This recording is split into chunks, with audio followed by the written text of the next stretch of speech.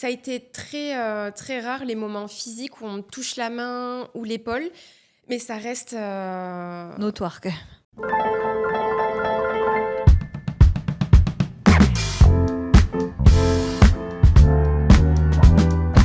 Bonjour et bienvenue dans Donne-moi tout. Aujourd'hui, je reçois Zoé Pataki, une femme aux multiples facettes. Elle peut être chroniqueuse sur France 3, médium, et elle vous aide à... En fait, au quotidien, tu aides les gens, tu es dans la guidance, je dirais. C'est vrai. Ça, Oui. Zoé, vous la connaissez sûrement. Sur les réseaux sociaux, vous pouvez la suivre. Elle a plusieurs comptes Instagram parce qu'il y a un compte plutôt lecture, c'est ça, hein? Il y en a, c'est devenu, comme j'ai arrêté les médias là momentanément, c'est un peu mon journal intime et c'est l'instant culture. Et il y en a un qui est vraiment dédié qu'à la spiritualité et la médiumnité. Et j'ai eu la chance que tu m'envoies ton livre en avant-première. Je suis même la première. T'es la toute première à l'avoir dans les mains, Oui. qui soit en dehors de mon équipe éditoriale, et tu es la toute première à l'avoir lu. Mais d'ailleurs, je le montre à la caméra. Donc, ce livre, c'est mes talismans astrologiques de protection au quotidien. Et c'est assez génial parce que tu racontes ton histoire, mais c'est d'abord, tu le fais pour les autres, ce livre. Hein. Tu le fais pas pour toi. Hein.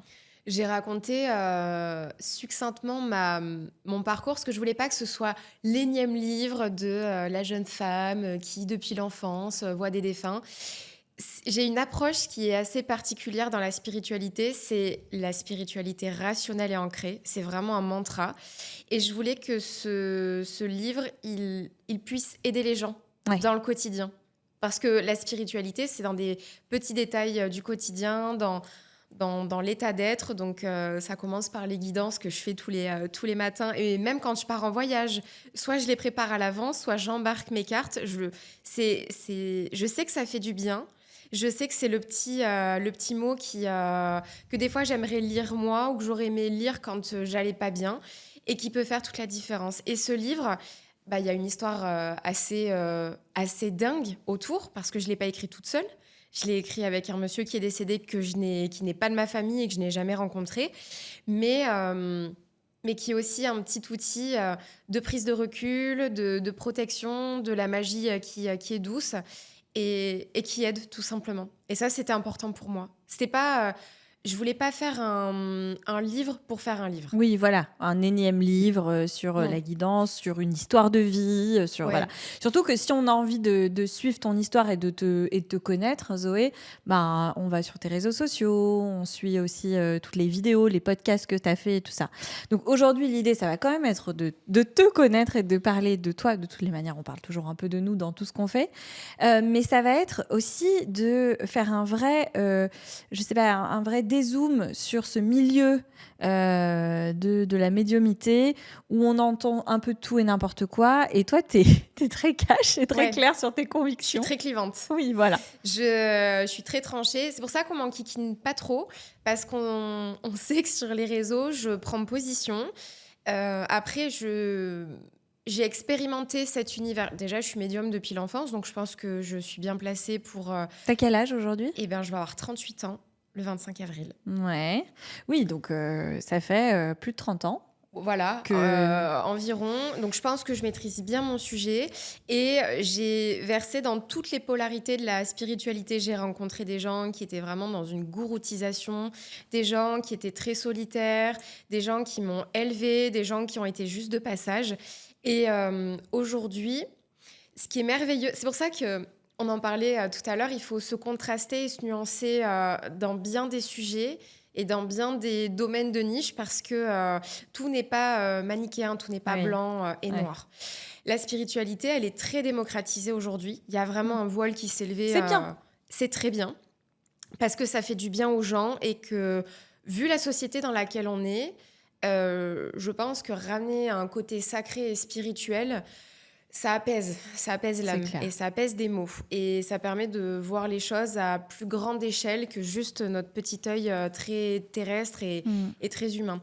Mais ça amène aussi des gens, et j'en parle, c'est pour ça que j'ai fait un petit traité sur la spiritualité, des techniques qui sont pas du tout adaptées chez nous en Occident, qui sont orientales et parce qu'on n'a pas les mêmes névroses et qui sont dangereuses. La manière dont on les ramène ici en Europe, pour moi, c'est des red flags. Est-ce que tu peux donner des exemples ? peut-être pas citer des techniques parce que tout le monde va s'embraser, mais l'énergétique, chez nous, les êtres humains sont bourrés de névroses et si tu fais un travail énergétique comme on peut le faire en Asie, par exemple, il y a beaucoup de techniques qui viennent d'Asie sur des îles parce que c'est très tendance. Quelqu'un qui n'a pas fait un travail ou même des prises d'ayahuasca, tout ça, hein.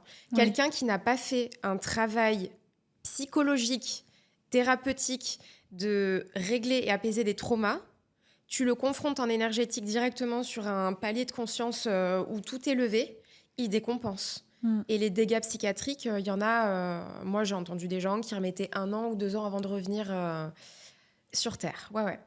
Donc déjà, je mets en garde ça. Il y a des gens...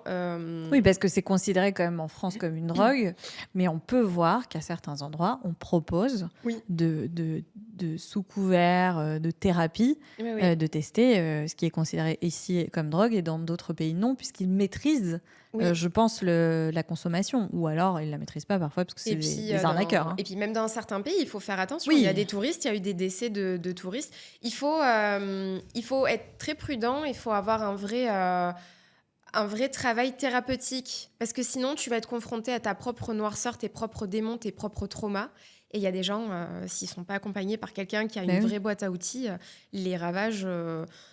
Moi, ça m'arrive souvent, le lundi ou mardi, après des stages de chamanisme ou des trucs dans le style, qui m'appellent parce qu'ils sont pas bien, parce qu'ils ont vu une entité passer chez eux, parce que...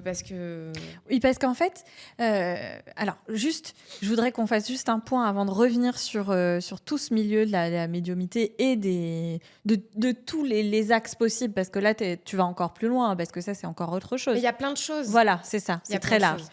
Je voudrais qu'on revienne sur toi, ta vie. Toi, tu as grandi dans une famille très dure, si j'ai bien compris, enfin, une famille stricte. Mon père est militaire, donc ça filait droit à la maison. Et il était pas souvent là à la maison, donc j'étais souvent avec ma maman et c'était compliqué dans l'enfance. Avec ta maman? Oui.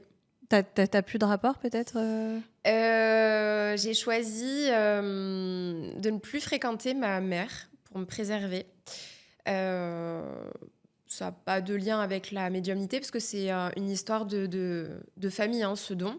Elle aussi a des petites particularités. C'est vrai que chez moi, ça s'est beaucoup amplifié et développé, mais non, on parle très peu des mères toxiques. On commence à en parler. Il y a une BD très bien, hein, qui est sortie là récemment. J'ai plus le titre, mais je viens de la lire. Et je pense qu'on fait partie de la génération où on ne veut pas du tout ressembler à nos parents. Parce qu'on a eu des carences affectives, parce qu'on a subi des maltraitances dans notre société qui ont été très banalisées. Et aujourd'hui, on en parle un petit peu plus. Et je ne suis pas la seule à avoir vécu, je pense, des maltraitances très banalisées, parce que l'enfant n'avait pas le droit de s'exprimer, on n'écoutait pas ce qu'il ressentait, et ce qui nous paraît complètement incongru. Enfin, moi, je suis maman aujourd'hui. Et quand je suis devenue maman, j'ai cette petite fille que j'ai été qui s'est superposée à côté de mon petit garçon, et ça a été très très dur. Donc Bien j'ai sûr. fait une grosse thérapie. Pour pas reproduire. J'aurais jamais pu reproduire. Il y a eu un moment donné où tu sais, à l'âge où ils ont 2 ans, et tu te dis, mais il va me tuer les nerfs, ou Bien sûr. je vais l'encadrer. Il y a toujours un moment où il y a ton cerveau. Et quand j'ai eu juste cette pensée, alors là, je suis allée tout de suite chez un psy qui m'a dit, mais madame, le fait que vous soyez là, Oui. ça fait de vous une bonne maman. Mm. Parce que vous êtes consciente que, voilà... Oui, puis c'est pas parce que tu t'énerves une fois que C'est tu ça. deviens le schéma de ta mère. Et donc, ton père, très peu présent, ta mère, donc toxique. Aujourd'hui, il l'est. Il est présent maintenant? Ouais, mon père, c'est... Ils sont plus ensemble? Ah non, pas du tout. Ouais. Non, plus du tout. T'as des frères et sœurs? J'ai un petit frère avec qui c'est compliqué. On a eu mais comme des tas d'autres personnes, une famille compliquée, une mère qui a été en souffrance dans son enfance et qui n'a pas su gérer à l'âge adulte en étant maman. Je lui en veux plus aujourd'hui, c'est juste que je ne veux plus de cette personne, de cette femme dans ma vie. Il y a rien à faire. Et j'ai vraiment fait le deuil. D'accord. Je suis une mère aujourd'hui, j'ai une famille dont je suis fière. Et c'est tout ce qui me fait... C'est tout ce dont j'ai besoin. Je T'as suis ton mon papa papa. quand même. Ouais, je l'adore. Donc tu grandis donc tu vis une enfance assez particulière. Ouais. Tu grandis, je vais faire un coup d'accéléré, hein. Tu vas faire des études un peu qui te ressemblent sans te ressembler. En gros, tu tâtonnes, puis tu te retrouves esthéticienne, ce qui est absolument pas ton rêve. C'est pas quelque chose que tu as rêvé de faire. Bah, le truc, c'est que déjà, il y a quelque chose qui est à noter dans mon enfance, c'est que dans mes premiers souvenirs, je me rappelle trouver le monde, et je le marque dans le livre, très gris, et je comprends pas vraiment le monde dans lequel je grandis. Déjà, d'un point de vue la maltraitance, j'ai 6-7 ans et je me rappelle ne plus avoir envie de vivre. Il y a même des moments où dans ma chambre, j'ai essayé de plus respirer, je voulais plus être là. Et donc j'ai des entités qui ont commencé à se manifester dans ma Oui, chambre. voilà, en fait, j'ai fait un coup d'accéléré. Mais cet accéléré, il faut le faire après ça. Pause. Et elle a 37 ans.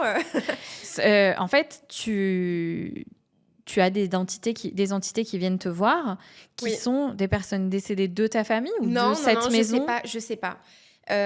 Du jour au lendemain, j'ai Alors, ça commence par des défunts qui sont très abîmés, qui se montrent comme ils étaient dans un état de décomposition avancé. Enfin, j'ai vraiment été confrontée à des trucs pas jolis.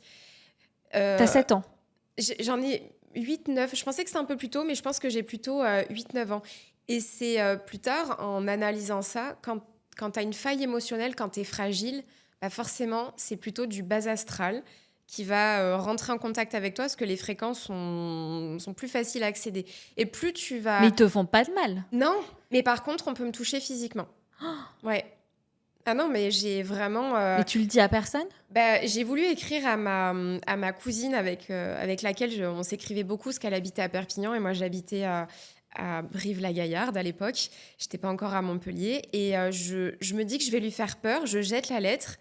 Et ma mère, toujours très contrôlante, trouve cette lettre dans la poubelle et la lit. Et elle me dit il faut pas en parler, ça n'existe pas, c'est dans ta tête. Elle se met très en colère. Donc moi, je me dis encore que c'est moi le problème, que je suis une méchante fille, que je suis tarée. Seulement, elle savait déjà que son père, donc mon grand-père maternel qui était génial, en fait, elle aurait dû en parler à son père. Parce que je pense que mon grand-père aurait pu m'aider. Parce qu'elle sait que c'est vrai. Sait. Parce qu'elle aussi, elle voit des choses. Elle a eu des manifestations. Comment tu le sais, ça? Elle te l'a dit plus tard? Beaucoup plus tard. Bah, il y a un moment donné, je pense que la médiumnité, elle finit par... te dépasser si tu la contrôles pas, c'est ça? Et mon grand-père m'a beaucoup aidée, décédé, et bien des années plus tard. Il m'a expliqué beaucoup de choses. C'était entre 2020 et 2021, et il était décédé depuis plus d'une dizaine d'années déjà. Je tiens à dire aux gens qui nous écoutent, qui pourraient se dire, bon, ok, donc soit la nana mitonne complètement, soit elle est complètement tarée. Il y a une chose que je peux certifier, c'est qu'on s'est parlé plusieurs fois avant, dont là, avant ce moment-là. Tu es très loin d'être tarée. Tu es quelqu'un d'extrêmement, même terre à terre. Ah oui, je pense que je suis équilibrée en plus. Oui, très équilibrée. Oui. Donc, par contre, les choses qu'on peut se dire, c'est terrorisant. Des choses comme ça quand on est petite. Ah, et puis il m'arrivait en plus des années plus tard des choses encore pires. Ça a été très, très rare les moments physiques où on me touche la main ou l'épaule, mais ça reste... notoire quand même. Ouais. Donc t'es petite, t'as ces apparitions qui sont plutôt effrayante puisque tu es, comme tu le dis, en basse fréquence, parce que tu vis sous une emprise, une mère, plus ou moins perverse. Toxique, voilà. Oui, c'est vrai qu'à un moment... un chat. Voilà, c'est ça. Est-ce que petit à petit, tu commences à aller leur parler pour essayer de comprendre ce qu'ils font là et pourquoi ils viennent te voir? Non, je prends mes doudous à chaque fois et je me planque sous la couette. Ça a duré des années. Et puis, il y a eu des phases où je voyais plus personne, des phases où je revoyais, des phases où j'avais des flashs, des visions, des flashs et puis des moments où il ne se passait plus rien, même pendant 2-3 ans. Hein. C'est revenu à l'adolescence.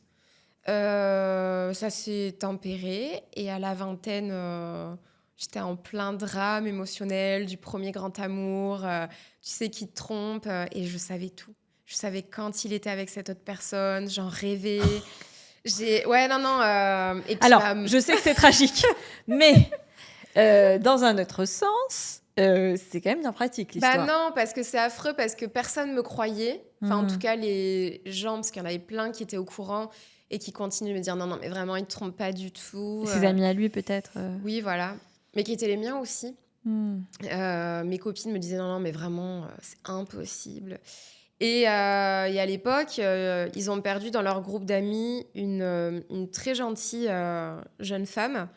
Et la veille qu'elle décède, j'ai senti qu'il y avait un truc super grave. Et ça, je l'ai très, très mal vécu. Bah, tu m'étonnes, t'as pas envie de savoir ça. Non, parce que tu as 20 ans et je l'avais rencontrée une ou deux fois et je l'ai adorée. Elle était très solaire et moi, je suis quelqu'un qui aime bien rencontrer les gens. Donc, deux nanas qui s'entendent bien en une soirée. Dans une soirée, tu échanges les numéros et tu te revois, tu noues des amitiés. Elle, j'ai pas pu. J'ai vraiment pas pu. J'ai adoré cette fille et j'ai pas pu la revoir. Pourtant, là, on avait plein de copines en commun. Et la veille qu'elle décède, j'étais sur Facebook et j'ai vraiment son nom qui m'est chuchoté à l'oreille. Et je me mets à pleurer en voyant sa photo de profil. Et en fait, le lendemain, j'en parle, je crois, à mon ex avant qu'on se couche. Lui, alors, attends, parce que là, on a sauté plein de choses. T'es enfant. C'est moi, c'est la pensée. C'est bienvenue dans le cerveau d'une médium. Il se passe beaucoup de choses. C'est la pensée multiple. Alors, tu es quand même terrorisée petite, tu ne maîtrises pas et tu n'as pas envie de maîtriser. Pour toi, c'est juste quelque chose qui t'est imposé et que tu vis mal. L'adolescence, ça continue. Oui, mais c'est plus... Alors, en plus, l'adolescence, le collège, je crois que c'est la pire période ingrate. Donc, il y a... je suis pas vraiment... période du collège, pas vraiment... Connectée à ça. Non, il se passe 2-3 petites choses, je m'en rappelle, des accidents que je sens arriver, mais rien de grave et rien de transcendant. Niveau, là, c'est un autre pan de ta personnalité. Niveau boulot, c'est marrant parce que je sais pas si tu vois qui est Anne Tufigo. Oui. En même temps, comment je peux te dire? Je sais pas si tu vois. Si, bah, complètement. Voilà. Je trouve qu'il y a des similarités parce qu'elle, en fait, elle a un peu fait comme toi niveau boulot. Bah, elle s'est pas dit je suis médium. Elle a rejeté. Elle a subi aussi pendant l'enfance complètement. Voilà. Et elle a rejeté, elle a beaucoup rejeté. Et finalement, toi, tu as fait un peu pareil. Tu as fait un boulot que tu aimais sans aimer. Tu as un peu avancé comme ça. Puis un jour, tu as décidé, donc ça, c'est un autre pan de ta vie, que tu avais envie de faire quelque chose peut-être dans les médias, entrepreneurial et tout ça. Et tu es passé, tu as arrêté tout ce que tu faisais. C'est un peu plus complexe que ça. J'ai choisi l'esthétique parce qu'il fallait absolument que j'aille en filière pro, parce que moi, j'aimais vraiment l'art, la musique. Et quand tu vas chez la conseillère d'orientation au collège et que tu dis « Non, mais moi, j'aimerais bien faire de la musique », non, madame, mademoiselle, il va vraiment falloir trouver un travail, un vrai. Ma grand-mère était coiffeuse, donc l'esthétique, ça se ressemblait, c'était cool, on se maquillait, bref. Et j'ai adoré les années lycée qui m'ont aidée à reprendre un petit peu confiance en moi. Et très vite, quand j'ai découvert la réalité du métier, je me suis dit « Mais ça va être long ». Arracher des poils toute la journée. En fait, je trouve que c'est un magnifique métier qui a merveilleusement bien évolué ces dernières années avec les skincare, tout ça. Mais à l'époque, c'était encore transitoire. Et on était très limités. Et donc, je m'ennuyais. Donc après, j'ai basculé sur le prêt-à-porter. En 3 semaines, j'avais fait le tour d'un magasin et je tournais comme un lion en cage. Moi, j'étais vraiment pas l'employé du mois. Ouais. Et petit à petit, j'ai repris à mon compte un petit cabinet d'esthétique où je me suis formée un peu plus en énergétique, massage ayurvédique. C'était compliqué parce que dès que je touchais les gens, je prenais beaucoup et je gerbais à chaque massage, à chaque fois. J'absorbais, je ne savais pas comment me protéger. Ou alors je voyais des choses. J'ai vu des maladies, des cancers et tu peux rien dire. Pourquoi tu peux rien dire? Parce que c'est délicat. Je crois que madame, vous êtes malade. J'ai pas du tout les outils. Je suis une gamine de 23, 25 ans. Oui, ils vont dire, mais elle est folle. J'ai pas du tout... Je suis venue me détendre. C'est ça. Aujourd'hui, j'ai une vraie posture de thérapeute holistique où je sais ce qui est bon de dire, comment le dire et est-ce que c'est vraiment... Je fais une petite passoire, hein, est-ce que c'est vraiment utile de le dire? Donc j'expérimente un petit peu l'énergétique et comme à cette époque-là, je suis pas bien dans ma vie, la spiritualité est une fuite en avant aussi. Hmm. Je me réfugie là-dedans, je Ok. me dis que si je suis médium et énergéticienne, que je maîtrise bien, tu vois, ça me remet un peu d'étoffe et je suis pas... Mais alors là, je suis pas du tout sur la bonne route. Donc je subis un peu des écueils où je prends des attaques spirituelles, hein, C'est-à-dire? des entités qui apparaissent, des douleurs au dos d'un coup, tout un panel de trucs, des lumières. Donc, il y a des entités malveillantes? Ah bah bien sûr. De Oh. toute manière, l'au-delà est un reflet de notre monde. Donc, tu as des gens bien, t'as des entités en peine, des entités qui sont profondément mauvaises. Et tu as après des strates un peu plus élevées qui se rapprochent du divin, de Dieu pour certains, de la source. Parce que toi, tu crois en Dieu. Ouais. Alors, pas, pas de manière dogmatique. Pour moi, il y a quelque chose dans l'univers qui est à l'origine de tout. Donc, pour moi, je l'appelle Dieu ou la source, le divin. Et ça, on ne peut pas se soustraire à... Il voit tout, tu vois. C'est quelque chose qui voit tout, qui crée tout. Et la seule Mais il chose... punit pas. Non, c'est plus complexe que ça. T'as le Hmm. karma qui vient... La punition, c'est d'être incarné sur Terre, vraiment. Ah bon? Ah, pour moi, c'est plus facile d'être en contact avec les défunts ou avec des anges ou avec des guides. C'est plus facile d'être immergé dans l'au-delà qu'avec les vivants. Ah oui, il y a tellement de souffrance ici. Enfin, il y a de la souffrance, il y a encore des guerres, alors que la seule chose dont parlent les textes religieux, c'est de l'amour et une unicité entre tout le monde. Il n'y a pas de couleur de peau, c'est juste les âmes. Les âmes, elles n'ont pas de couleur. Elles sont juste amour quand elles viennent de là-haut. Et après, quand elles viennent dans la densité terrestre, c'est elles qui choisissent si elles vont faire du bien, du mal, passer à côté de leur vie ou pas, faire des grandes choses ou pas. Enfin, pour moi, c'est un vrai purgatoire. D'être ici? Oui, Toi, tu crois donc en la réincarnation? complètement. On revient combien de fois? Comme les chats? On a cette vie? On peut revenir beaucoup de fois, je pense. Ah bon? Mais moi, j'ai des Et donc, vieilles c'est terrible mémoires. potentiellement, on pourrait sortir avec son frère.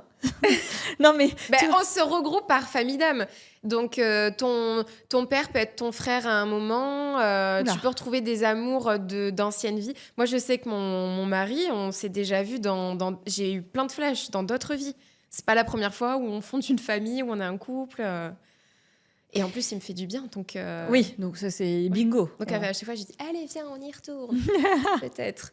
Mais non, je crois vraiment en Dieu, mais c'est la religion, elle fait tellement, on le voit, elle fait tellement de mal aux hommes. Mm. Et c'est pas ça le message en plus. Mm. C'est pas t'es musulman, t'es chrétien. Pour toi, c'est pareil, en fait. Ah ouais. Mm. On a Ok. tous le même Dieu. Donc, excuse-moi. Là, il y a cette période qui est pas la bonne pour toi parce qu'en fait, tu es en train de faire des massages alors que tu vas mal, tu ressens tout le monde, tu es en train de vomir, c'est la cata. Ah mais il y a rien qui va dans ma vie en plus. Voilà. Donc Bon, c'est la mauvaise période. Mais de cette période, tu vas en créer quelque chose finalement. eh ben, la responsabilité et le choix. Mm. Donc je me pose et je me dis que je suis pas bien dans ma vie, que je subis une relation qui n'a plus lieu d'être. Qui est toxique encore. Oh bah ouais, complètement. Bah de toute façon, quand Oui. dans l'enfance, il y a une grosse fragilité, Oui. le temps de sortir de ça et de comprendre. Et donc j'ai peur aussi de cet homme parce qu'il y a non pas de la violence physique, mais de la violence psychologique. C'est pareil. Donc je me sens moins que rien. Et pourtant, j'ai un regain. Alors, j'ai fait beaucoup de prières. Alors, pareil, je fais pas une prière récitée par cœur. C'est vraiment appeler mon grand-père et les personnes qui me protègent. J'ai fini par dire à mon grand-père un soir, je suis en train de me noyer et je crois que j'ai plus envie de faire partie de cette vie. Donc, si tu es toujours là, c'est vraiment le moment de m'aider. Je sais plus quoi faire. Et donc... J'ai un petit Jack Russell, mon chien dort à côté, d'un coup il se réveille, là je commence à choper froid toute la partie gauche, et mon chien qui commence à jouer avec quelqu'un qui n'est pas dans la pièce, et je sens que c'est mon grand-père, et je sens une caresse sur l'épaule, Et c'est à l'époque où il s'est passé beaucoup de manifestations mystiques hein, durant ce laps de temps. Et quelques jours après, je retrouve une force. Et je sais qu'elle vient d'ailleurs. Et donc, je me lève un matin et je dis à mon ex, je peux plus voir ta gueule, je me casse, j'en ai marre. Et c'est à l'époque où je commence un peu à me rabibocher avec mon père. Et je lui ai dit, c'est le moment d'être un vrai papa, j'ai besoin de toi, j'ai besoin que tu te portes garant. Et je me retrouve dans un tout petit appart, mais avec un tout petit jardin, avec une forêt. Et je retrouve ma liberté. Waouh. Et à partir de là, je pense que tant qu'on ne prend pas de décision, tant qu'on ne se responsabilise pas, ça vient pas de l'extérieur. Oui, oui. Après, parfois, on est dans des situations de détresse qu'on n'y arrive pas, hein, parce qu'il faut Moi, faire j'étais attention. seule, j'avais Oui, pas oui. d'enfant. Ouais, ouais. Donc, mais je pense que quand on est jeune, c'est beaucoup plus facile. Mm. Il y a moi, je pense toujours à ces femmes qui sont coincées parce que les enjeux sont beaucoup Oui, plus bien sûr. et les violences sont beaucoup plus profondes. Euh, Donc, tu te barres. je me barre. T'es sauvée. Ouais. Tu te sauves, en fait. Je retrouve Dans les vraiment deux sens du terme. je me sens libre pour une des premières fois de ma vie. Et là, tout s'enchaîne, je me pose les bonnes questions, je quitte mon salon d'esthétique parce que j'ai besoin de me reconstruire. C'est là où je vais faire ma première thérapie chez une psychologue et que là, je vais commencer à apprendre les problèmes depuis le début, les relations amoureuses, l'enfance, les parents, ma vision du monde. Je sais plus qui je suis et je me reconstruis petit à petit. Je vois que tous mes potes ont pris le train de la vie, ont acheté des apparts et moi, je suis larguée. Ils achètent jeunes, hein, parce que je peux te Ouais. dire. Non, mais j'en ai plein qui ont acheté, qui sont en couple. Et moi, j'ai 27 ans. Et j'ai l'impression que ma vie débute. Ma vie a vraiment débuté à l'âge de 27 ans. Et du coup, tout se décante. En fait, tout se décante. Ouais. Je trouve un boulot dans le digital que je quitte après quelques années. J'en retrouve un. Je rencontre un service de com. Je me rends compte qu'il y a les nouveaux métiers un peu émergents de la communication, le community management. J'arrive pas à trouver une formation là-dedans, mais je fais du web design. Et puis, je crée un compte Instagram. Et puis, c'est juste pour le fun, le compte Instagram qui parle de livres. Et un jour... c'est juste pour le fun, mais ouais, c'était ça juste marche pour bien. le fun, mais ça marchait bien. Et En fait, tu t'écoutes, quoi. Tu fais les trucs qui te plaisent. Tu lis beaucoup. Ça, franchement, ça a on peut le sauvé dire. ma vie, les livres. Ouais. Donc, et tu débriefes de tes lectures. Et tu le Ouais. fais très bien parce que c'est pas noir ou blanc, quoi. Vraiment, tu nous emmènes et on a envie d'aller lire le livre grâce à toi.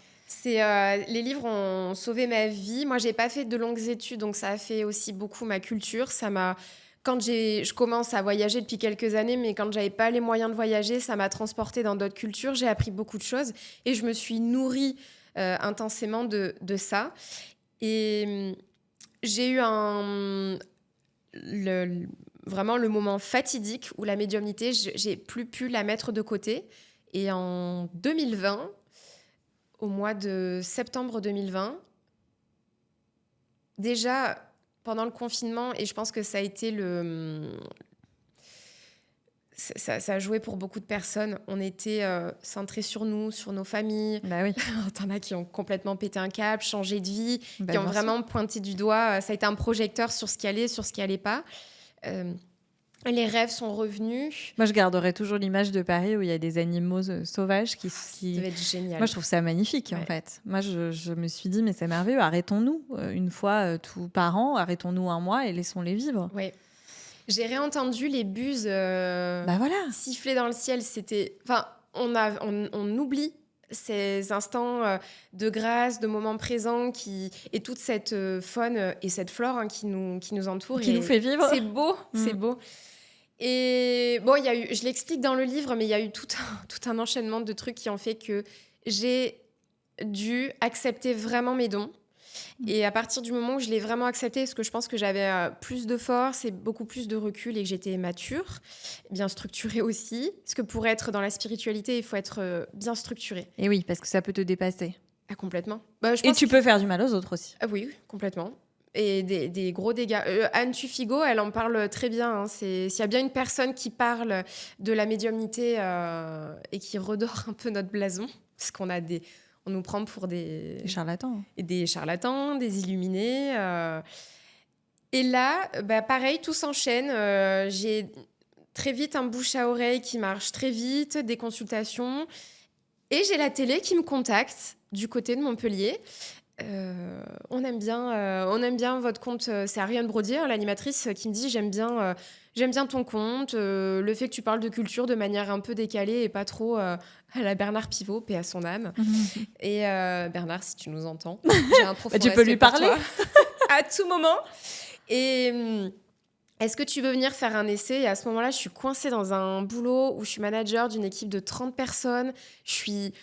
J'en ai ras-le-bol. Pareil, j'ai voulu me dépasser tout le temps dans ma vie, me dire je peux y arriver. Et à chaque fois que j'arrive à un truc en me disant flemme, c'est pas pour moi. Donc le management, je crois, respect, parce que c'est vraiment dur dans le quotidien, surtout quand tu as des grosses équipes. Et du coup, l'essai en télé se passe super bien. Je rentre le lundi et je plaque mon boulot.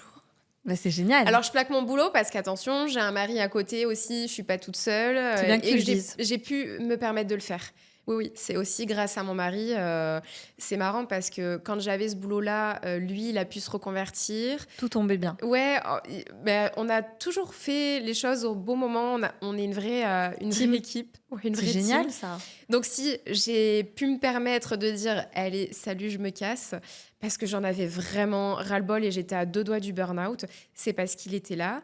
Et l'aventure télé a duré 3 ans. Et depuis, les comptes Insta ont explosé. J'ai rencontré des gens merveilleux grâce à la télé, grâce à Instagram. Tu vois, quand j'allais pas bien, j'ai lu, quand j'étais en pleine détresse amoureuse de mon premier grand amour, on m'avait offert La mécanique du cœur de Mathias Malzieu, qui est Déjà, Mathias Malzieu, il a une plume qui est onirique et magnifique. Il parle très bien d'amour. Et je l'ai rencontré là en septembre, donc j'étais super émue. Et je lui ai dit, ton livre m'a fait du bien. Et là, j'ai reçu le dernier, qui est sorti aujourd'hui, le 12 mars. Ah. Et c'est...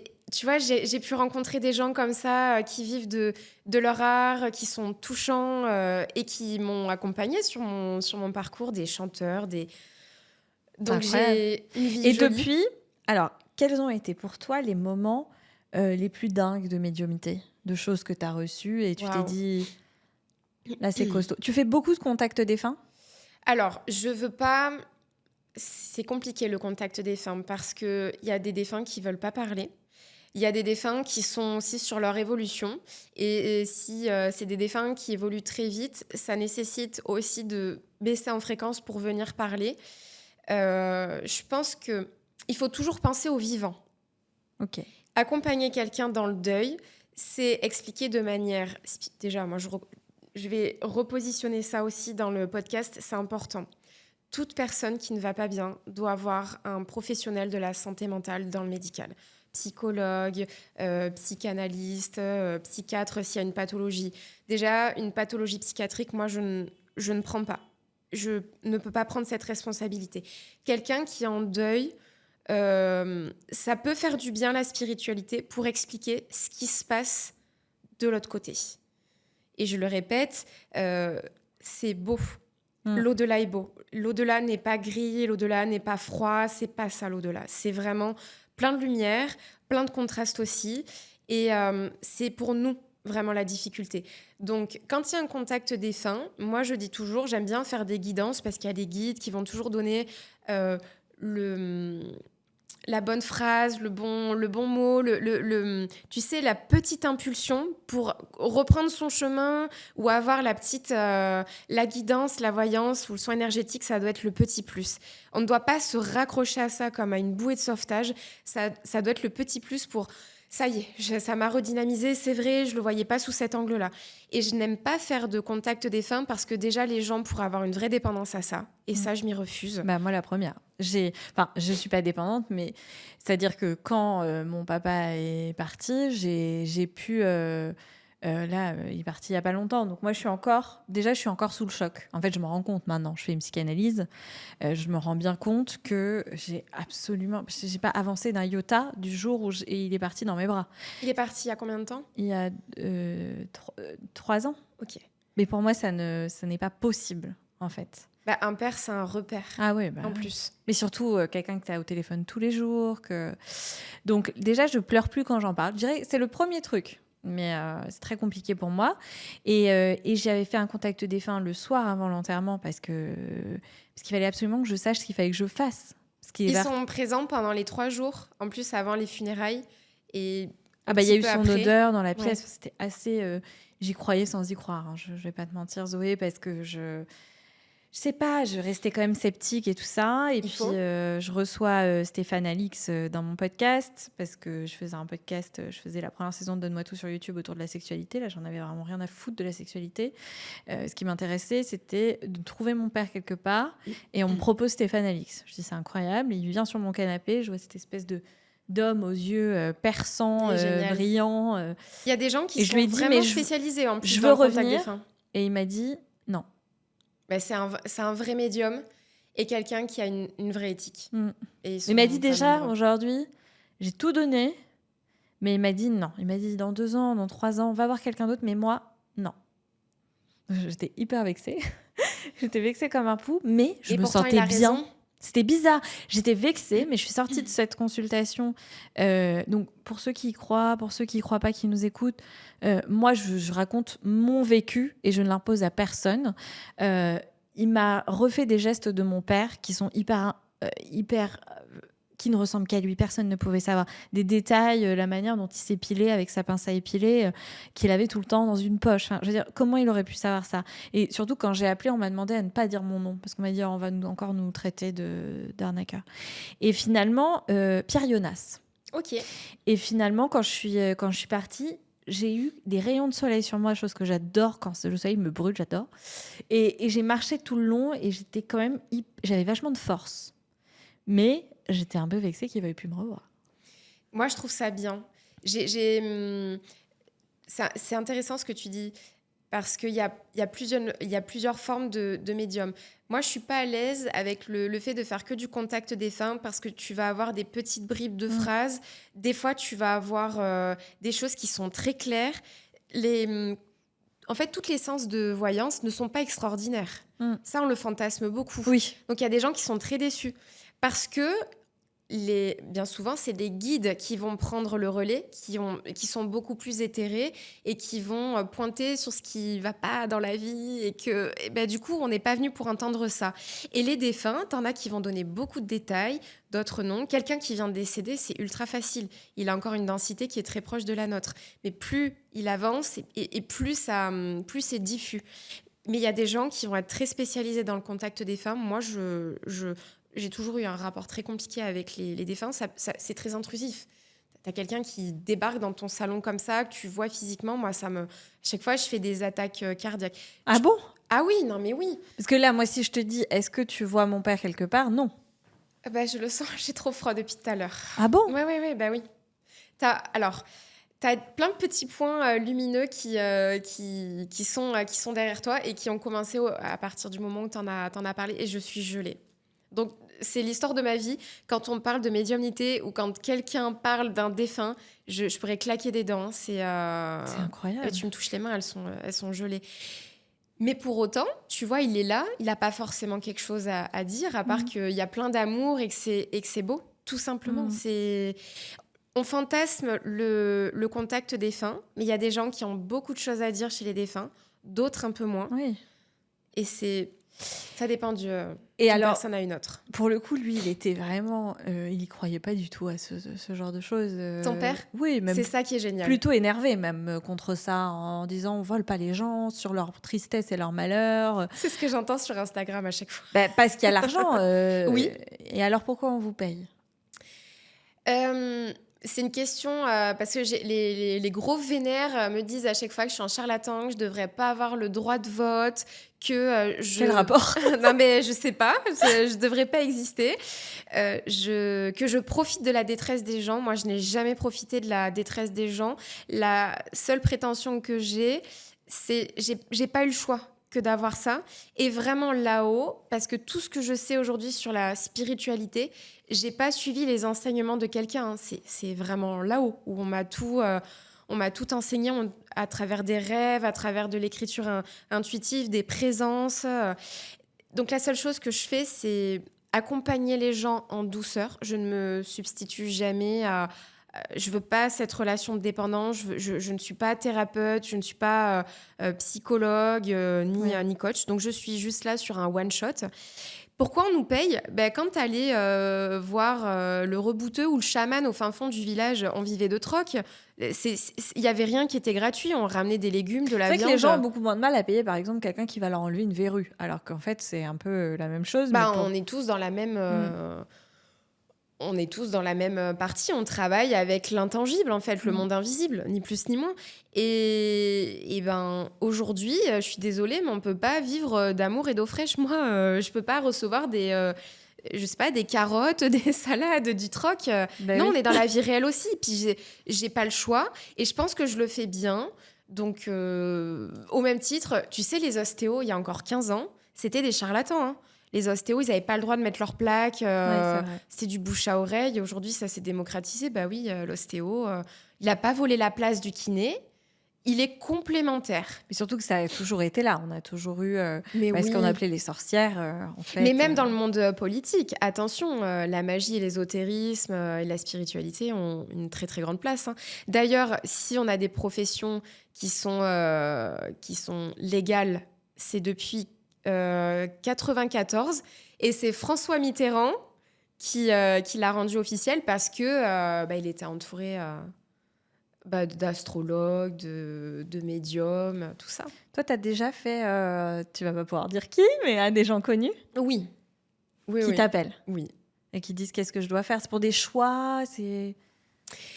J'ai- En fait, je reçois plein de gens, des gens connus, des gens pas connus. Et c'est compliqué parce que du coup, il faut pas rentrer dans oh là là, il est connu, qu'est-ce que je peux Ah dire? bah oui. Donc, je me mets dans la position de c'est une personne que je ne connais pas et ça reste un être humain. Et ça se passe bien.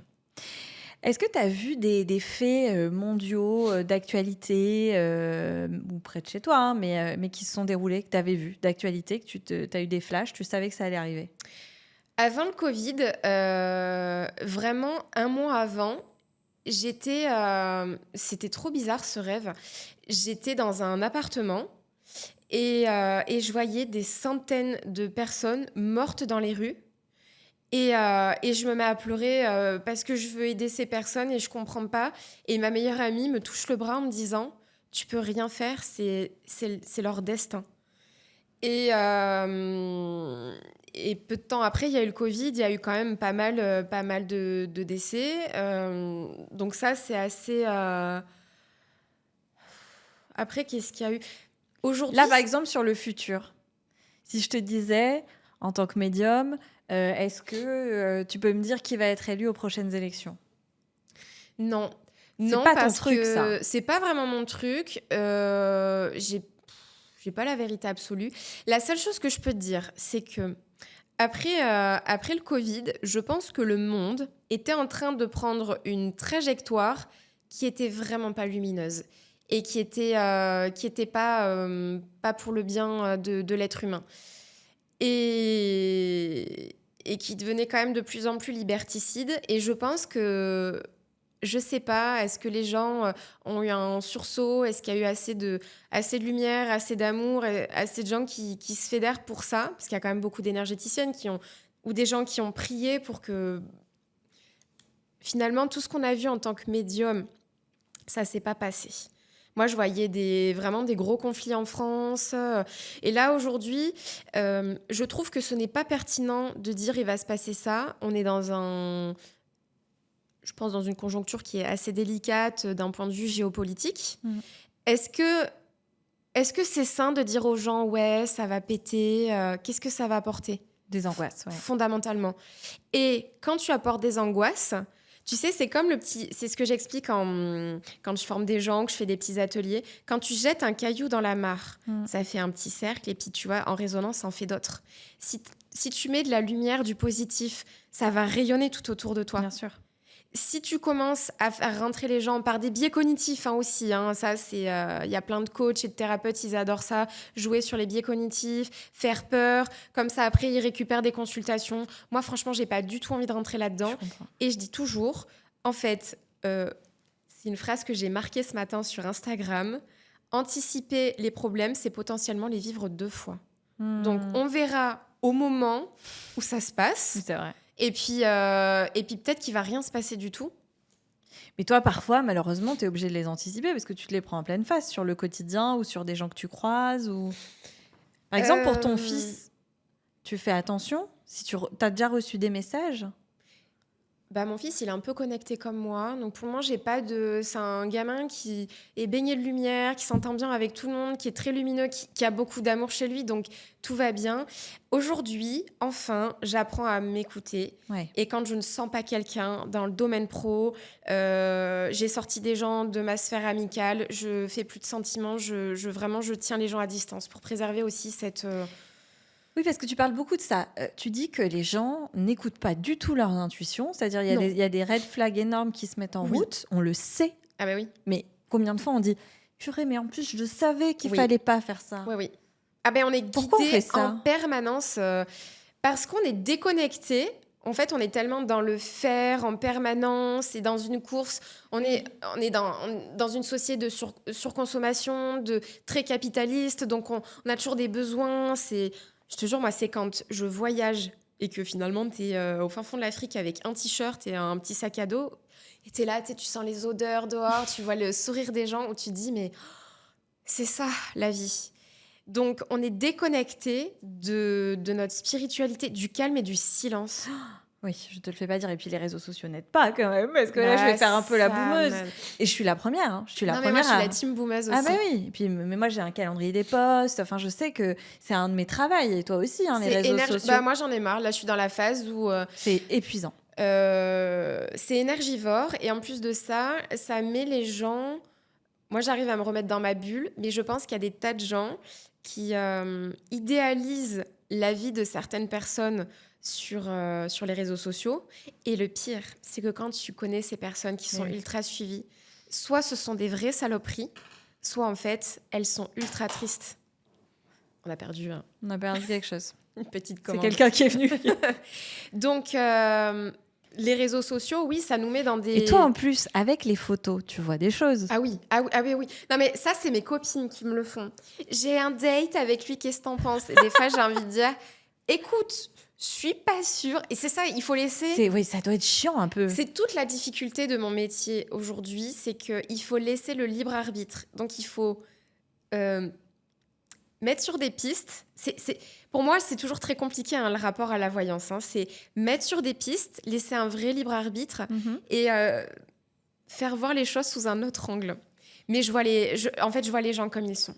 Alors, il y a des gens, c'est vraiment, je suis en rejet total parce que je sens qu'ils veulent pas faire de travail sur eux, ils veulent pas évoluer, ils veulent rester dans des... Vraiment, tu sais, dans cette méchanceté ou cette haine de l'autre. Tu penses que, parce que vu que tu crois à la réincarnation et à l'amour absolu, etc., tu penses qu'il y a des gens profondément mauvais ? C'est pas des gens qui sont profondément mauvais. Regarde ce que j'ai vécu dans l'enfance avec ma mère. Ma mère, c'est pas quelqu'un qui est né mauvais. C'est quelqu'un qui a souffert et qui n'a pas su transcender cette part de souffrance pour en faire quelque chose de plus beau et le retransmettre après en retour. Ok. Donc, il n'y a pas de gens fondamentalement mauvais, mais ça les rend mauvais parce qu'ils restent attachés. Et puis, ce qu'on a été, c'est pas ce qui nous définit aujourd'hui, c'est ce qu'on veut être. Donc, encore une fois, c'est une responsabilité et un choix de vouloir changer, de vouloir se confronter à ce qu'on a vécu, ou ce qu'on a fait, ou ce qu'on a été. Donc, il n'y a pas de gens mauvais, mais qui le deviennent.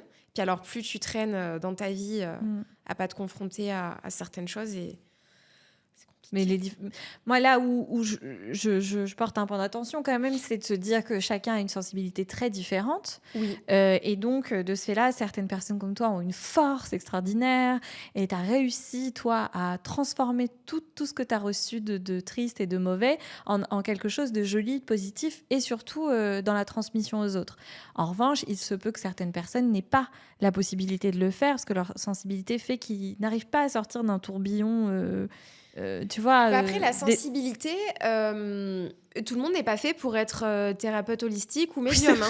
Et bien, il y en a. Moi, je pourrais pas, par exemple. Non, mais il y en a qui s'y mettent et tu te dis, oh là là, non, vraiment, c'est une grande mode. Hein. Parce que tout le monde en soi, d'après toi, pourrait s'ouvrir aux techniques que toi tu as, ou c'est un Bah, don et ça t'appartient et vous n'êtes pas beaucoup? bah, tout le monde peut chanter, mais tout le monde n'est pas Céline Dion. Oui. Donc, tout le monde peut avoir une expérience mystique, mais tout le monde n'est pas. Tout le monde a cette particule divine.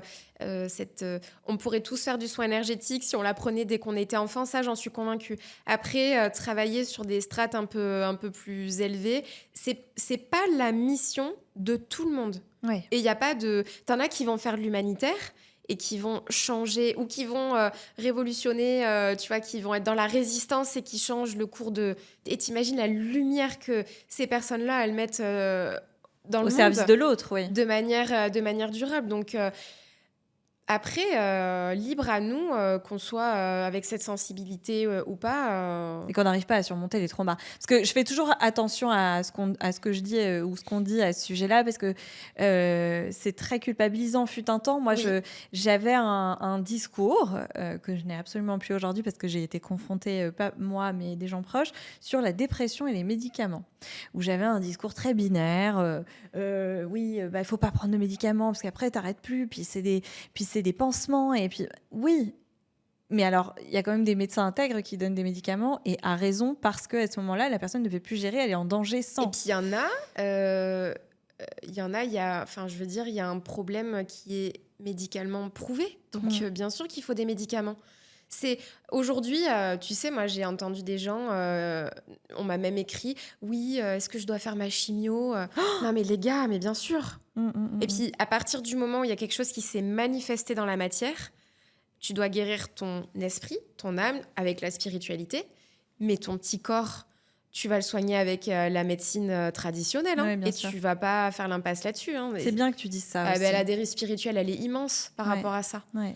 Donc, même moi, tu vois, il y a une croyance selon laquelle les gens qui prennent des antidépresseurs, on ne peut pas les manipuler en termes d'énergétique. Alors si, mais ça crée une espèce de coque Oui. vraiment sur le plan vibratoire. Mais c'est un peu plus long d'y accéder, mais tu y accèdes et tu peux aussi les aider. Enfin, c'est quoi cette croyance?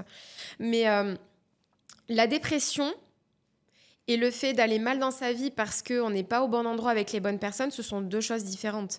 La dépression, c'est parce qu'il y a beaucoup de choses aussi à travailler. Puis c'est une maladie, C'est surtout. un long travail, c'est une maladie. C'est un long travail aussi avec un thérapeute, de la santé mentale. Et puis, il y a le fait de ne pas aller bien.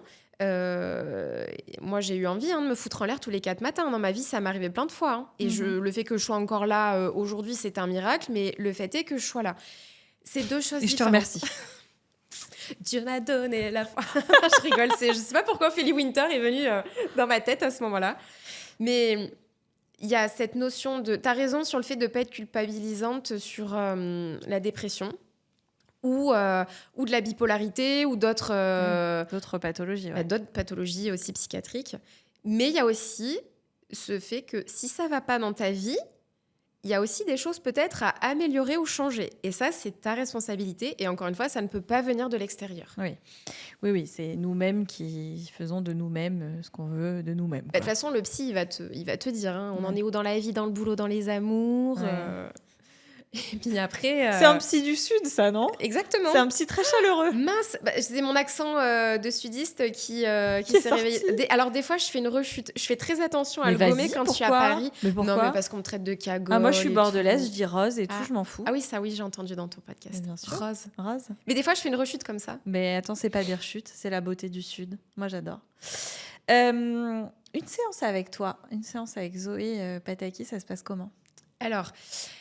En général, je demande toujours nom, prénom, date de naissance et vite fait pour voir un petit peu pourquoi. Pourquoi t'es là, quoi? Ouais, pourquoi on consulte. Parce que si tu utilises des cartes et tout ça ou non? Ouais, je vais t'expliquer après. Je vais tout t'expliquer. Si je vois que par contre il y a un truc qui va pas ou ça m'est arrivé de refuser des gens. Ah bon? Parce qu'en fait, c'est pas moi qu'il faut voir, c'est un psy ou un médecin. Je ne veux pas être vue comme une sauveuse et je te dis comme une petite lumière de passage, mais il y a des choses non, il y a des discours voilà, c'est pas mon rôle de traiter ça. Et je travaille un petit peu en numérologie. C'est pour ça que je demande le nom, prénom, date de naissance pour voir le chemin de vie qui va définir un petit peu l'ambiance dans laquelle tu as ta personnalité, ta perception du monde. Ton année personnelle, ça veut dire l'énergie de ton année. Tu vois, si tu es en année 4, va y avoir un petit peu plus de boulot, mais c'est un travail où tu vas te restructurer, revoir un peu tes fondations, ce qui va pas. L'année 5, c'est l'année du mouvement, le dynamisme. Je travaille avec le tarot de Marseille parce que j'adore. Et il y a plein de psychanalystes qui travaillent avec le tarot de Marseille. Ah bon? Ben oui, parce que ceux qui sont de l'école de Carl Jung, Carl Jung, il a révolutionné un peu la psychanalyse et il était très porté sur la spiritualité. Ok. Il a étudié le Yi King, qui est un art un peu divinatoire ancestral chinois. Il a étudié aussi les rêves, les interprétations, les messages de l'inconscient, le tarot de Marseille. Non mais Carl Jung, il a écrit le livre rouge en mode canalisation. C'est-à-dire il a reçu une idée, il a tout écrit comme ça et Incroyable. ça vient même pas de lui. Alors, une séance, ça dure combien? Ça dure toujours 1 heure. Et en général, je regarde un petit peu avec les cartes ou avec les messages. Des fois, j'écris, des fois, je dessine des petits bonhommes pour voir au niveau du corps ce qui va pas. Donc, je sais qui a un décalage, s'il y a un problème au niveau, tu vois, de l'utérus. Tu travailles en fait le corps sur un autre plan. Ok. Et t'en as, si ils subissent un gros choc émotionnel, Ouais. t'as les corps énergétiques qui vibrent. Donc ils sont ultra fatigués, ils se sentent un peu confus. Et quand tu réalignes tout, les gens se sentent mieux. Génial. Et après, t'as plein de petits messages qui viennent tout au long de la consultation. Et voilà, je laisse d'abord voir ce qui vient. Et après, on rentre vraiment dans les questions en profondeur de la personne. Ça coûte combien une consultation? 110 € et 120 €, je fais des nettoyages de maison. Ah oui. D'entité pas cool? Tu réharmonises les lieux parce que les murs ont des mémoires. Eh oui. Donc, il peut y avoir des entités, mais il peut juste y avoir l'énergie des gens. Donc, moi, juste avec les photos, je peux dire le propriétaire ou le locataire était comme ça, comme ça. Et du coup, je nettoie des lieux. Trop bien. Tu as vécu une EMI, on appelle ça une EMI, mais alors pour expliquer aux gens qui ne sauraient pas ce que c'est une expérience de mort imminente. Ouais. Donc tu es morte. L'EMI, c'était en 2013. J'allais très très mal, hein. Vraiment, c'était la période où j'avais plus du tout envie d'être ici. Et je me suis couchée le soir. Il y a eu un grand flash lumineux et j'ai plus été dans mon corps. Et là, je me suis retrouvée immergée dans un endroit vraiment... Tu peux pas dire si c'est blanc, si c'est doré. C'était... Tu vois ces expériences mystiques où on te parle de rencontre avec Dieu. Je sais pas si j'étais avec des anges, si j'étais avec des guides, mais ça a été un amour, mais plus puissant que... Je dis une EMI parce que les gens qui ont fait une EMI, ils ont ressenti ça. Oui, cette espèce de décorporation, pardon. J'étais plus dans mon corps. Voilà. Je me suis vue. En fait, j'ai vu mon chien, j'ai vu mon corps et je me suis dit merde, je suis morte. Je me suis. Et t'étais pas terrorisée? J'étais chez moi. Enfin, est-ce que j'ai fait un arrêt cardiaque ou je sais pas. Ou alors je sais pas. Mais et du coup, j'ai ressenti tout cet amour. Et j'ai fait une dépression pendant 3 mois parce que quand je suis revenue dans mon corps, j'ai perdu cette sensation d'unicité, cet amour, ce bien-être. Et ça m'a changé la vie parce que j'ai compris que... J'ai compris tout sur... En fait, c'est comme si tu étais connecté à la mémoire de l'univers. Et en même temps, quand tu reviens, tu peux pas l'expliquer. Et les gens qui ont vécu une EMI te racontent la même chose. T'as parlé à d'autres gens qui ont vécu des EMI? Ouais. Et c'est ça, c'est cette grande lumière d'un coup. Le fait de plus vouloir revenir. Mais t'as pas le choix, en fait. C'est ce que vivent... Alors, c'est là où sont les morts. C'est ce qu'ils vivent. Mais oui. Mais oui, c'est pour ça que je te dis, l'enfer n'est pas chez nous. Parce que du coup, quelques années plus tard, quand j'ai vraiment, à partir de 2021... où j'ai vraiment repris les rênes de la médiumnité et que j'ai fait des expériences de méditation transcendantale où j'ai pu me reconnecter à ça de manière plus simple et moins violente que cette expérience, j'ai compris que oui, l'au-delà, il était là. Et donc, la mort, le livre La mort est un nouveau soleil, c'est exactement ça. C'est que, en Bah, fait, c'est pour ça, en fait, tu as des courants un peu spirituels qui parlent de soleil central, qui serait Dieu, de là où on viendrait. Moi, c'est avec ça que j'ai toi, quand connecté. tu dis Dieu, on est bien d'accord, c'est pas Dieu selon le catholicisme? Ou si, toi, t'es plutôt catholique?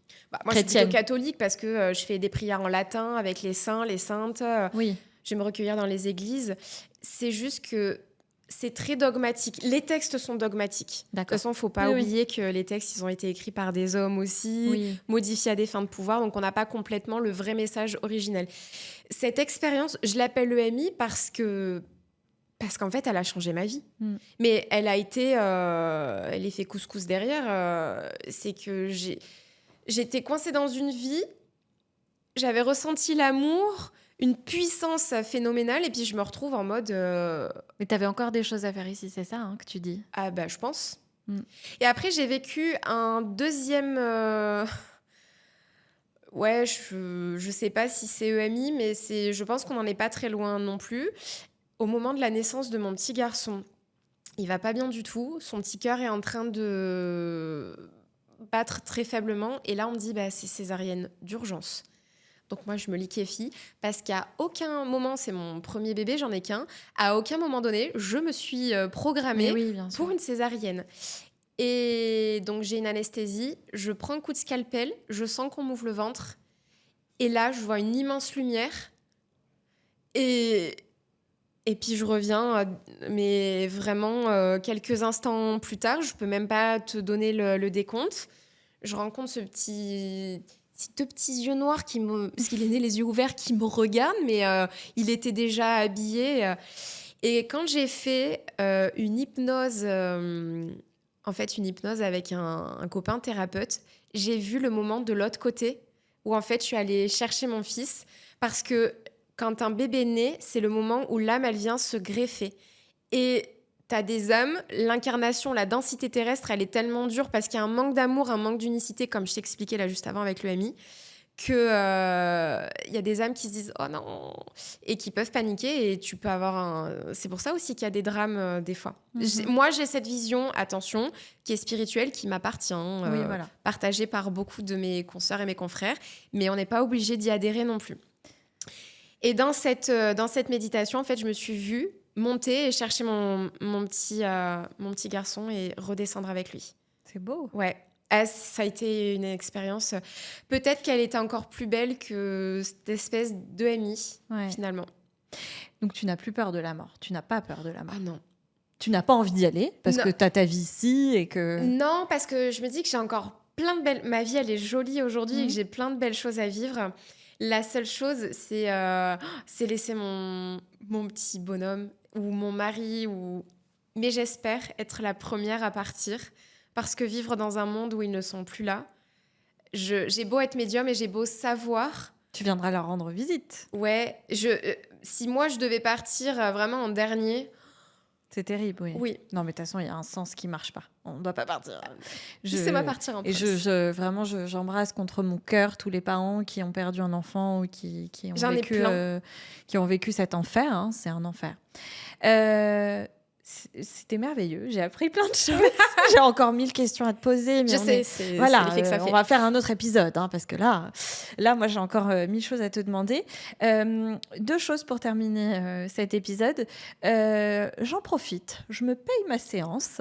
Comme ça, je débrieferai à mes auditeurs. Je ne sais pas si tu peux me faire rapidement 3 petites prédictions sur quelques mois. Tu sais que j'aurais pu te prendre en consultation. Hein. C'est-à-dire quand J'aurais pu te prendre en consultation avant, il n'y avait pas de souci. T'aurais pu Ouais. me demander. Je t'ai pas proposé spontanément. Non, mais attends, pas du tout. C'est non, dans non. le tunnel avec mon livre, mais j'aurais pu.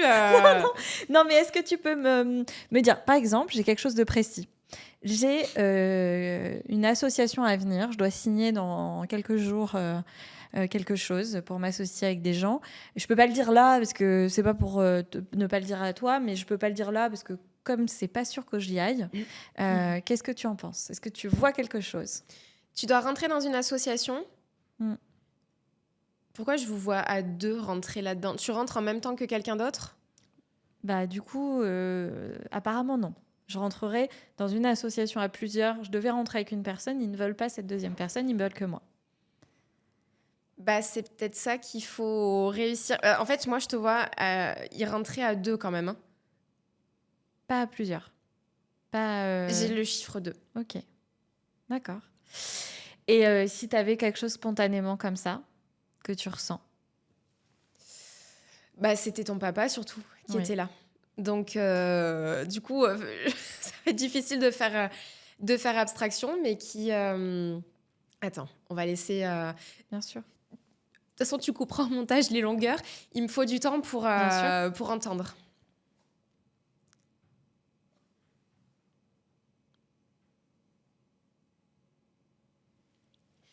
Il me dit juste que t'as quand même réussi à t'apaiser. Il continue. Alors déjà, j'arrive à situer ton père. Il est bien là où il est. Il est sur des strates élevées. T'as des gens qui restent encore coincés. Par contre, il te... Attends. Il est encore très... T'as une sœur? Oui. Il est encore très présent. Mais il y a des petits signes, hein, souvent. Il est... d'un point de vue âme, il a fait son chemin, il a trouvé la bonne route, il fait pas partie des guides, mais par contre, il vient faire, quand il y en a une des deux qui va pas bien, il y a des... Ah, mais attends, t'as posté un truc la dernière fois sur... mais si, t'as une sœur, parce que t'as posté une photo et je t'ai répondu en story, vous avez entendu une musique. Oui. Et je t'ai dit, Pauline, tu sais qu'il passe beaucoup à travers la musique et ça, c'est des signes. Bah, tu vois, de temps en temps, il vient faire un petit comeback comme ça. Donc, tu peux lui parler quand il va pas bien, enfin, quand tu vas pas bien, il peut venir t'aider. Mais lui, il a sa propre route. D'accord. Mais il fait des petits comebacks. Et c'est des petits signes comme ça chez l'une ou chez l'autre. T'as envie d'avoir un bébé 2 ? Je sais pas. On passe ça là. Ok. On pose ça là. On pose ça là. Attends, si, il me dit juste, pour ton podcast, tu vas réussir à inviter des gens... C'est marrant parce que tu as eu des blocages un peu avec le podcast. Des gens que tu vas inviter, que tu n'arrives pas à booker. Et d'un coup, tu vas réussir à booker. C'est comme si les planètes, elles étaient alignées. Et c'est comme si tu arrivais à inviter les bonnes personnes. Et là, ton podcast, il commence à avoir la notoriété... et tu vas décrocher. Tu vises aussi un sponsor qui c'est pas pareil, soit ça se renifle, soit c'est difficile à signer. Tu finiras par avoir aussi le big sponsor qui fera que tu auras une plus grosse équipe et des plus gros moyens. Ça va aller, Pauline. Putain, c'est incroyable. Bon, alors, on s'en reparle dans combien de temps? On sait pas. On refera une consultation parce que moi je suis fascinée. Hein. Mais tu me tiens, parce que je trouve que tu changes en plus quand tu fais ça. Ah ouais, tu changes de visage. Ouais, c'est très particulier. Euh... J'ai toujours été fascinée par ça, le fait C'est vrai que vous changiez. Oui, j'avais une autre médium, bon, elle est partie. C'était la maman d'une copine à moi, en qui j'avais une grande confiance, et elle changeait. Elle changeait de visage. Parce qu'en fait, il y a une... C'est comme si tu devais laisser la place à... ta place humaine, c'est comme si tu devais la laisser de côté pour vraiment te laisser traverser. C'est pour ça que je te disais, donne-moi un petit instant pour l'entendre. Non, mais là, je te demande un truc très spontané. Tu sais, des fois, c'est plus facile. Je peux gribouiller ou je peux... Ouais. Il y a un médium américain qui gribouille tout le temps et ça aide à la concentration. Il a une série Netflix, non? Tyler Henry. Oui, c'est assez incroyable. C'est assez incroyable. Il y a plein de théories comme quoi tout serait faux sur ce mec-là. Parce qu'il y a un truc un peu de très américain. Voilà. En fait, je pense qu'il a un fond médium, mais c'est aussi très scénarisé. Oui, voilà. Après, il a raison. Hein, si ça marche pour lui et qu'il s'éclate et qu'il fait du bien, tant que les gens font pas de mal, moi, j'ai vraiment strictement aucun problème. Mais bon, désolée, je t'ai pas canalisé les Didi ou Elisabeth Taylor comme lui. Non, ça ira. Zoé, c'était génial. On se reverra, c'est sûr. J'en suis persuadée. Ce livre, mes talismans astrologiques de protection au quotidien, ça c'est vachement... c'est au-delà de... C'est intéressant, c'est mignon, c'est rigolo. On passe un peu du temps avec ce monde, cet autre monde. Non, ça sert. C'est un livre qui sert à quelque chose. C'est pas juste à avoir sur sa table de chevet comme ça. Donc, merci beaucoup. Je le remontre. On peut te suivre sur tes réseaux sociaux. C'est hyper agréable. on apprend, on se marre, parce que t'aimes quand même principalement te marrer dans la vie. Ouais, c'est super important. Voilà. L'humour, toujours. Et tu nous conseilles des livres, et ça, c'est trop important. Des livres, des séries, des Oui, expos à Paris, la vie en général. Merci beaucoup, Zoé. Mais merci pour ton invitation. J'ai passé un très beau moment avec toi. Désolée pour les questions un peu bateau, mais Non. je me dis, il y a des questions, si je les pose pas, on va se dire pourquoi elle les pose pas, elle la protège. Non. Donc, non, mais c'est vrai, tu vois. Je veux vraiment que les gens se disent, ok, j'ai posé toutes les questions que n'importe qui peut se poser dans sa tête. Et de toute façon, tu sais que c'est un podcast qui va faire réfléchir. Voilà. non, qui va faire réfléchir et qui va faire réagir. Je le sais, j'ai l'habitude. Après, comme je dis toujours, moi, je suis pas là pour convaincre les gens ou imposer quoi que ce soit. C'est ma vérité, c'est mon vécu. Maintenant, libre à tout le monde de piocher ce qui résonne, ce qui fait du bien, laisser le reste, c'est OK. Je suis assez bien dans mes baskets et j'ai assez confiance en ce que j'ai vécu pour ne pas avoir besoin de me défendre ou me justifier. J'espère que c'est clair. Merci beaucoup, Zoé. Salut. Si cet épisode de Donne-moi tout vous a plu, laissez un pouce bleu, abonnez-vous et partagez. J'en ai vraiment besoin pour continuer à créer du contenu pour vous. Et surtout, dites-moi en commentaire ce que vous en avez pensé, parce qu'ici on veut bien tout donner, mais on veut aussi recevoir votre avis.